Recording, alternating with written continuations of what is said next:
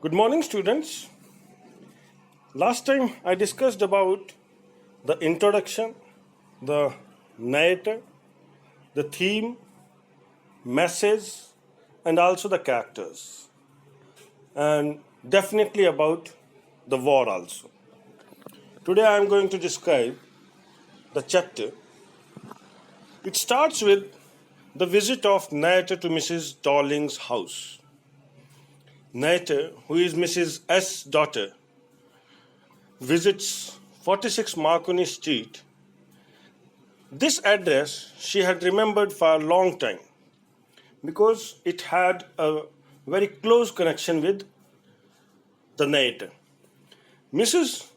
Darling, when she opened the door, she opened just a chink of it and looked at the narrator searchingly, as if she never remembered her, maybe not able to recognize her. Narrator then introduced herself, but still Darling showed no signs of recognition. And this made narrator to believe that perhaps she had rung a wrong bell. But soon she saw the green knitted cardigan that Mrs. Darling was wearing. That belonged to her mother, that Mrs. S. So now she knew that she has rung a right bell and here she wanted to come. But the things turned out differently. The woman refused. She refused to recognize the girl. The woman said, "No, I don't recognize you," even after the narrator gave full introduction of hers and her mother. Still, she said, "Have you come back?" Means this shows it is clear sign that she never wanted anybody to come back from there, as they had migrated during the World War II. So she never wanted that anybody should come back. Then the girl replied that she had only survived and come back. So she never asked that why she had come, what about her mother. She never inquired about anybody. This shows the character of Mrs. Darling. And this actually one must avoid. The people during wartime, they suffer a lot. And this attitude of ours, this doubles up their sufferings. Then cold response of Mrs. Darling. She now welcomed. The reply was, woman regretted that she couldn't do anything for her, and what for had she come over here.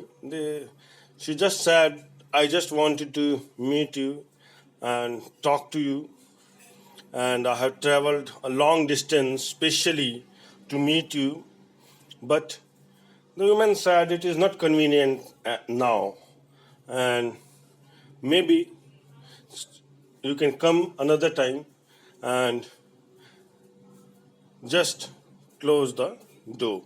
It was really very awkward thing for her, like she wanted to meet and maybe take the things that were taken away by Mrs. Darling. She never asked her to come inside the house also. This shows the cold behavior of Mrs. Darling.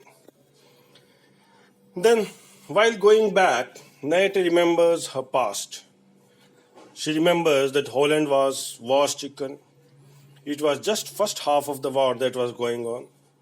She visited her mother for a few days, but noticed that many things in the house were missing. Her mother said that it was strange that so early she noticed all those changes and the missing items. But still, she told about Mrs. Darling, who was just a known person to Mrs. S. And suddenly, she had started to come regularly to their house and she had renewed her friendship. And after that, Darling had been frequently visiting their house and she took away all those costly items with her, like silverware in one time, then antique plates another. Every time she visited their place, she took along with her some of those items. There were some apprehensions in the narrator's mind, as Mrs. S trusted Mrs. Darling and told that she was trying to save all the articles.